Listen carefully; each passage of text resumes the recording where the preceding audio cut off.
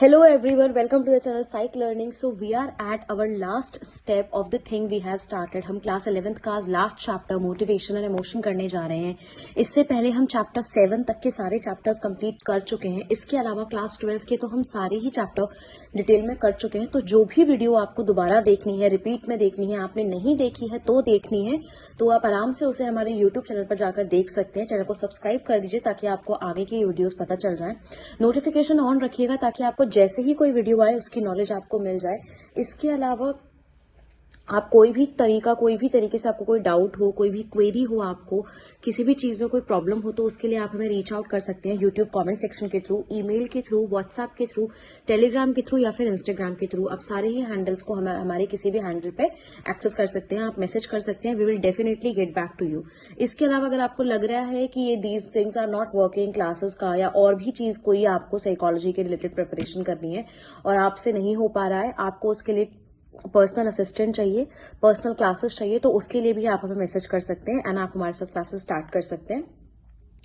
So that is it. We are doing last chapter of this chapter and as promised before exam आपके सारे chapter complete हो गए. So quickly without wasting any further time हम आगे चलते हैं motivation and emotion में, कि मोटिवेशन क्या होता है, इमोशंस क्या होते हैं. अब आपको ये चीज समझनी है कि इमोशनल की जो मेजर थ्योरीज हैं वो सब इस चैप्टर से हटा दी गई हैं, जो कि मैंने पिछले वीडियो में बताया था अगर आपने सुना हो तो. लेकिन चैप्टर थोड़ा सा जो है वो कम हो गया है, बट इट्स ओके, कोई बात नहीं, जो भी है हम वो करेंगे. देखो, मोटिवेशन का जो मतलब है वो लैटिन से आया है, जिसका मतलब होता है मूवरी. इसका मतलब होता है मूव करना. अब आप यहाँ बैठे हुए हो, ठीक है, आप उठ के मूव करोगे. क्यों करोगे? क्या मोटिवेशन ऐसा है जिसके लिए आप उठोगे और काम करोगे?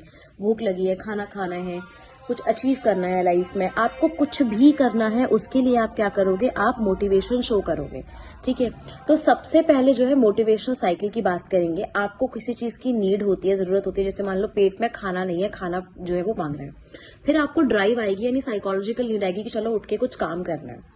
फिर आपकी बॉडी अराउज रहेगी कि ओके लेट्स डू समथिंग. तो आप उसके बाद क्या करोगे? गोल डायरेक्टेड बिहेवियर करोगे. उठ के जाओगे, फ्रिज में खाना देखोगे, प्यास लगी है तो पानी देखोगे. उसके बाद आपका वो गोल पूरा हो जाएगा क्योंकि आपने खाना लिया, खा लिया, मैगी बनाई, खा लिया, पानी पी लिया, जो भी है.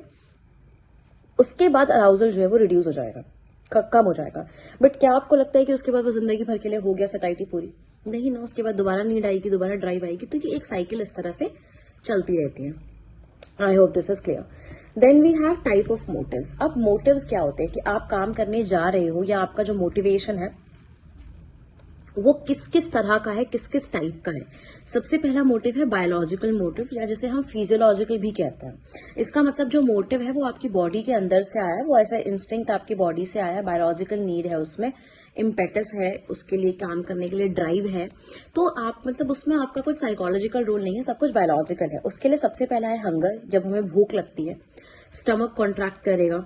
इसके अलावा हाइपोथैलेमस जो पार्ट होता है वो कंट्रोल करता है. आपको भूख लगती है. अब आपको भूख अपनी सोच से तो नहीं लगती, आई एम श्योर सोच से भी लगती है. साइकोलॉजिकल रीजंस भी हैं भूख के. कुछ अच्छा खाना देख लिया तो भूख लग जाती है, किसी को खाते देख लिया तो भूख लग जाती है, कहीं चले गए तो देखने में भूख लग जाती है, या सोचो किसी बारे में तो भूख लग जाती है कि बहुत देर से खाया नहीं. लेकिन हाँ, फिजिकल रीजन भी तो है ना.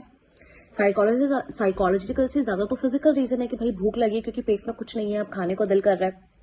तो that is hunger and that is biological. Another is your thirst. जब हमें प्यास लगती है, हमारे जो ऑस्मो रिसेप्टर्स हैं वो काम करते हैं, गला सूखता है, ऐसा लगता है कि पानी नहीं है, डिहाइड्रेशन फील हो रहा है, तो पानी के बिना भी रहना मुश्किल है, बायोलॉजिकल नीड है. इसके अलावा यू हैव सेक्स. तो सेक्स ड्राइव्स भी जो होती है वो इसीलिए होती है, जो कि आपके एनिमल्स एंड ह्यूमन बींग सब में होती है. बट ऑब्वियसली आपको ये चीज आपको देखनी है कि ऑब्वियसली जो सेक्सुअल एक्टिविटी होती है वो सर्वाइवल के लिए जरूरी नहीं है. मतलब अगर आप खाना पीना नहीं खाओगे तो आप मर जाओगे, but this is not the same thing with the sex. Okay. इसके अलावा होम्योस्टेसिस से भी इसका कोई रोल नहीं है, बॉडी बैलेंस करने के लिए भी ये इस्तेमाल नहीं होता. और ये जो है वो एज के हिसाब से भी डिफ्रेंशिएट करता है. जो सेक्स ड्राइव है वो एज के हिसाब से भी चेंज होती है. ओके, सो बायोलॉजिकल नीड है, बट उतना ये सर्वाइवल वाली नीड नहीं है कि इसके बिना यू विल डाई. समझ के 3 हो गए बायोलॉजिकल के लिए. Then we have psycho social motives. Psycho social motives वो मोटिव्स होते हैं जो आपके साइकोलॉजिकल मोटिव होते हैं. इसमें सबसे पहला क्या है? Need for affiliation. हमें क्या चाहिए? लोग हमसे प्यार करें, लोग हमसे दोस्ती करें, लोग हमारे साथ रहना चाहें, and that is your need for affiliation. ठीक है, आपसे मिलजुल के रहना चाहें, that is your need for affiliation. ठीक है, तो आप उसके लिए कोशिश करते हो, लोगों से बात करते हो, सीख करते हो. Then you have need for power. Need for power मतलब कि आप चाहते हो कि आपके पास एकदम रूल आ जाए कि मैं जो चाहूँ वो मैं कर सकूँ।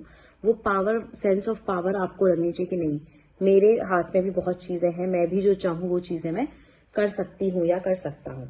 इसके अलावा डेविड मैक्लेलैंड ने जो है वो कुछ 4 तरह के वेज दिए। सबसे पहला कि उनको फीलिंग दिखाओ कि आपके पास स्ट्रेंथ है। सेकंड कि आप सोर्सेस के थ्रू दिखाओ कि मेरे पास ये है, मेरे पास वो है। इसके अलावा आप दूसरों पर इम्पैक्ट डालो। चौथा पॉइंट, आप ऑर्गेनाइजेशन की जो वो है लीडर बनो उसमें, या इस तरह की जो रखो। उसके बाद जो नीड है वो है नीड फॉर अचीवमेंट, कि आप अचीव करना चाहते हो, आप क्लास में फर्स्ट आना चाहते हो, आप क्लास में पास होना चाहते हो, आपको जॉब चाहिए, आप अचीव करना चाहते हो लाइफ में, that is your need for achievement.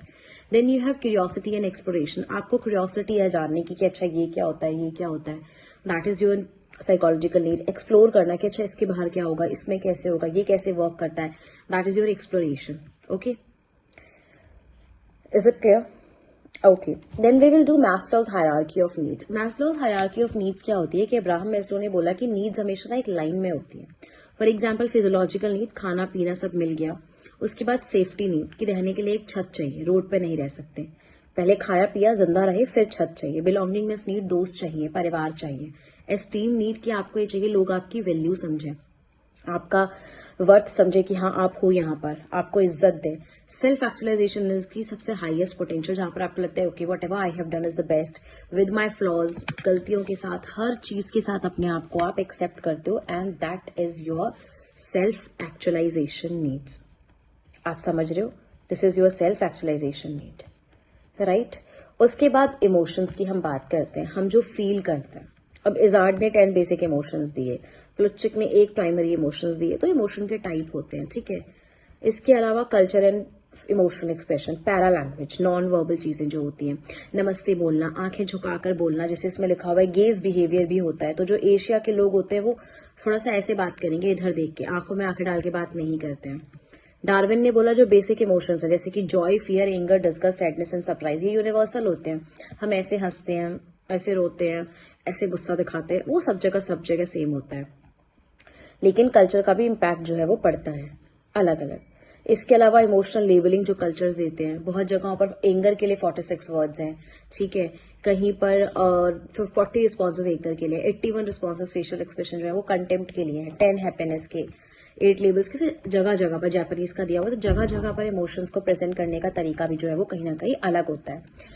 फिर इसमें बोला हुआ है कि पोस्ट ट्रॉमेटिक स्ट्रेस डिसऑर्डर होता है। देखो, कोई भी ट्रॉमा जब आपको हो जाता है, जैसे कि किसी की डेथ हो गई, कोई डिजास्टर हो गया, कुछ लाइफ में बड़ा हो गया, तो उसके बाद जो आपको टेंशन, स्ट्रेस, लॉन्ग टाइम के लिए नींद नहीं आना, इस तरह के इमोशंस जो होते हैं वो पोस्ट ट्रॉमेटिक स्ट्रेस होता है। जैसे कि बार बार आपको वही इमेज दिखाई दे रही है, that's why it called post traumatic stress disorder, PTSD। तो हम नेगेटिव इमोशंस से मैनेज कैसे करें? सेल्फ अवेयरनेस बढ़ाएं, अपने बारे में और जानें, सिचुएशन को ऑब्जेक्टिवली देखें, ये नहीं कि इमोशनली हाई अब क्या होगा, अरे समझो तो सही, कुछ तो हो सकता है, ऑब्जेक्टिवली देखो। इसके अलावा सेल्फ मॉनिटरिंग करो कि मैं क्या कर रही हूँ, कैसे कर रही हूँ। अपनी सेल्फ मॉडलिंग को एंगेज करो कि जो हम कर रहे हैं वो देखो।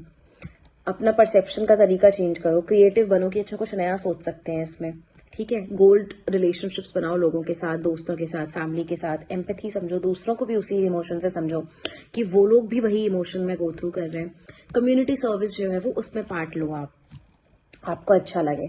अब ये आप लोगों के लिए है, स्पेशली जो 11th या 12th का एग्जाम दे रहे हैं, कि एग्जाम एंजाइटी कैसे वो करें। सबसे पहले प्रिपेयर वेल। देखो, बच्चे पढ़ते ही एंट्रेंस की टेंशन हो रही है, तो पहले पढ़ाई तो अच्छे से करो, उसके बाद रिहर्सल करो, टेस्ट दो। हमेशा मैं बोलती हूँ टेस्ट दो, बार बार इनॉक्यूलेशन करो, अपने आप को स्ट्रेस से वो करो।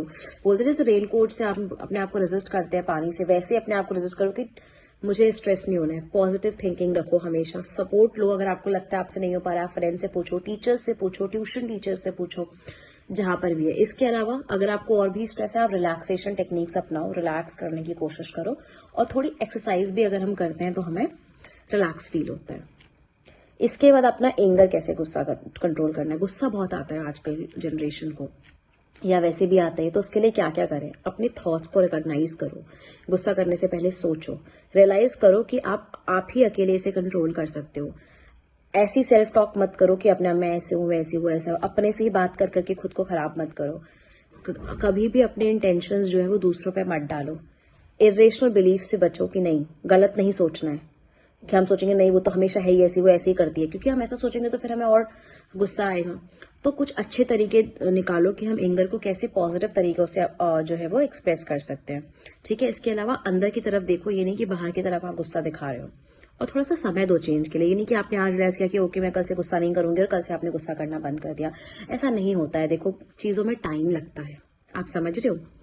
And then you have enhancing positive emotions. अब नेगेटिव कम करने का तो सिखा लिया, फिर पॉजिटिव भी बढ़ाओ, खुश रहो, पॉजिटिविटी ढूंढो अपने आसपास, ऐसे पर्सनैलिटी ट्रेट डेवलप करो, ऑप्टिमिज्म, होपलेसनेस, सेल्फ रिगार्ड, ऐसे डे ट्रेट्स अपने में डेवलप करो।